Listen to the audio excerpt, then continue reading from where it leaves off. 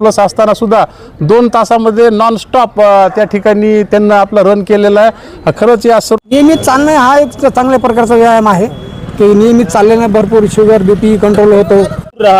यशस्वी जीवनाची गुरुकिल्ली हेच आहे की प्रत्येक माणसानं जर निर्व्यसनी राहिलं तर पूर्वी आजार झाल्याच्या नंतर तर बरेच म्हणतात की शुगर झाला बीपी झाला तर डॉक्टर सांगतात की तुम्ही चला व्यायाम करतो, योगासन करतो, सकारात्मक दृष्टी ठेवतो। महाराष्ट्राचे माजी मुख्यमंत्री यशवंतराव चव्हाण ह्यांच्या माध्यमातून आज जे शिरसाळा ते सोनपेठ जे मॅरेथॉन स्पर्धा आयोजित केली होती, तर आपल्यासोबत जे शाळेतील शिक्षक वृंद आहेत तर त्यांच्याकडून आपण जाणून घेऊ की त्यांचा कसा रन झाला, काय सांगाल?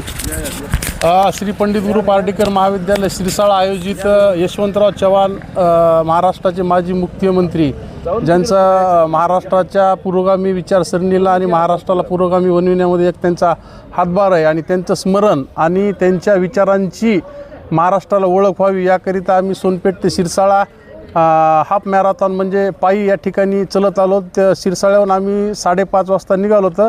सर्व माझे महाविद्यालयाचे क्रीडा विभाग आणि महाविद्यालय यांच्या संयुक्त विद्यमाने ही मॅरेथॉन स्पर्धा आयोजित केलेली होती। माझे सर्व सहकारी यांनी 2 तासामध्ये या ठिकाणी शिरसाळा ते सोनपेठ या ठिकाणचं अंतर पार पाडलेलं आहे। म्हणजे आबाऊ यांचं जे वय आता हे सगळ्यांचं 45+ आहे आणि हे 45+ असतानासुद्धा 2 तासामध्ये नॉनस्टॉप त्या ठिकाणी त्यांना आपला रन केलेला आहे। खरंच या सर्व महाविद्यालयातील माझे सर्व सहकारी यांचं मी या ठिकाणी मनपूर्वक अभिनंदन करतो आणि क्रीडा विभागाचं मी अभिनंदन करतो। क्रीडा विभाग प्रमुख डॉक्टर आत्माराम टेकाळे, त्यांचे सहकारी क्रीडा विभागाचे प्राध्यापक दयानंद झिंजुर्ले सर यांनी या स्पर्धेचं या ठिकाणी आयोजन केलं आणि या आयोजनाच्या संदर्भामध्ये रामेश्वर शिक्षण प्रसारक मंडळाचे सन्माननीय अध्यक्ष श्री व्यंकटराव कदम साहेब यांचं या ठिकाणी प्रेरणास्थान म्हणून आम्ही या ठिकाणी स्पर्धा आयोजित केली। रामेश्वर शिक्षण प्रसारक मंडळाचे सचिव सन्माननीय श्री योगेश भैया कदम आणि सर्व महाविद्यालयातील माझे कनिष्ठ आणि वरिष्ठ महाविद्यालयातील सर्व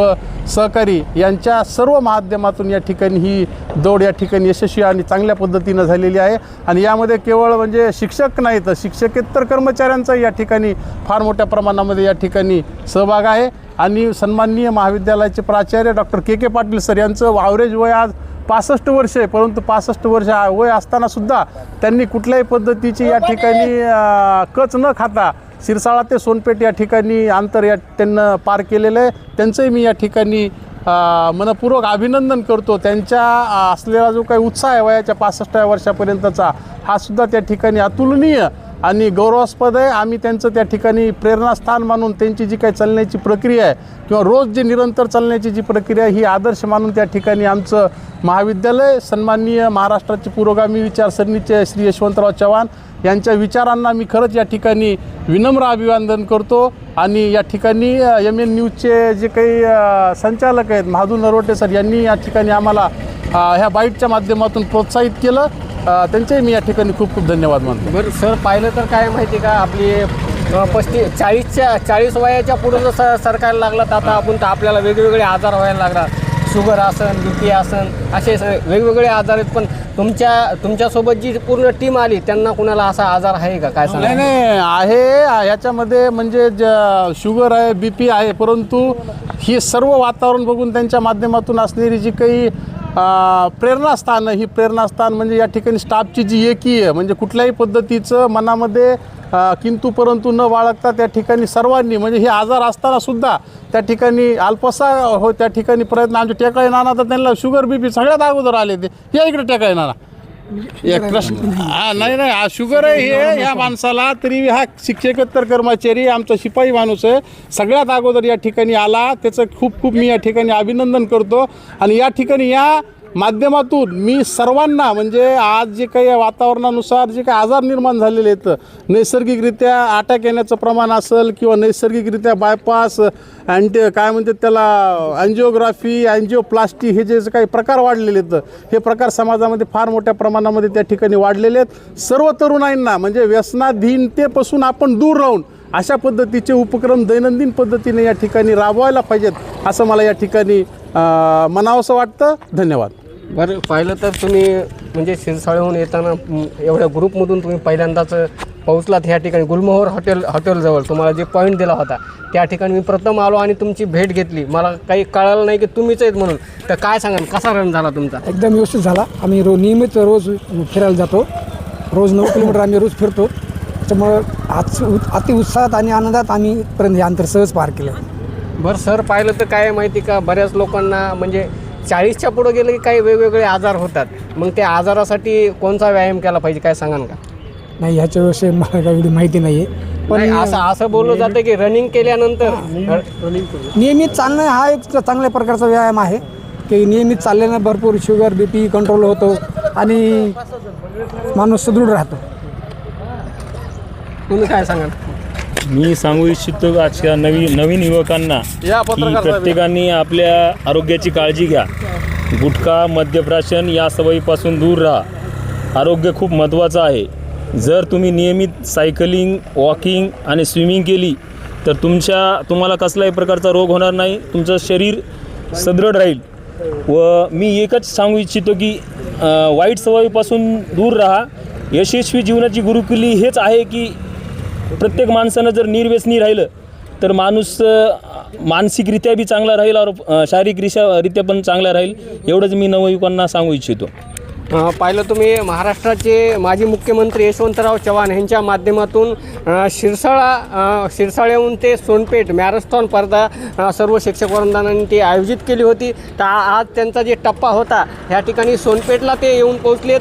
तर आणखीन काही शिक्षक लोक पाठीमागून रनिंग करतच येत आहेत. तर आपण त्यांची पण निश्चितच प्रतिक्रिया घेण्याचं बघू आपण. आणि आतापर्यंत पाहिलं तर काही प्रथम आलेले मला वाटतं ते येतील. तुम्ही नमस्कार. सर्वप्रथम श्री पंडित गुरु पार्डीकर महाविद्यालयाच्या क्रीडा विभागाचं मी धन्यवाद व्यक्त करतो की त्यांनी आम्हाला शिरसाळा ते सोनपेठ हा वॉक करण्याची संधी निर्माण करून दिली. कारण जीवनामध्ये आरोग्याचं महत्त्व अत्यंत सर्वसाधारण आहे. आरोग्य हीच संपत्ती आहे असं म्हटलं जातं आहे आणि ते आपण जपलं पाहिजे. कारण आताच चर्चा झाली किंवा वयाच्या 40च्या नंतर वेगवेगळे आजार माणसाला ग्रासतात. तर हे आजारी पडण्याच्या पूर्वी, आजार झाल्याच्या नंतर तर बरेच जमतात की शुगर झाला, BP झाला तर डॉक्टर सांगतात की तुम्ही चालल्याच्या नंतर तुमची शुगर कमी होईल, BP कमी होईल. परंतु मला असं म्हणायचं आहे की बाबा हे सगळे आजार झाल्याच्या नंतर डॉक्टरनी सांगण्यापूर्वीच जर आपण असा वॉक सुरू केला तर आपलं आरोग्य निश्चितपणे चांगलं राहून आपण दीर्घकाळ निरोगी राहू शकतो. म्हणून माझं आव्हान आहे की माझ्या सर्व सहकाऱ्यांना, आम्ही नियमित 3-4 किलोमीटर चालतो, परंतु आजचा हा वॉक जरा थोडासा जास्तच झालेला आहे.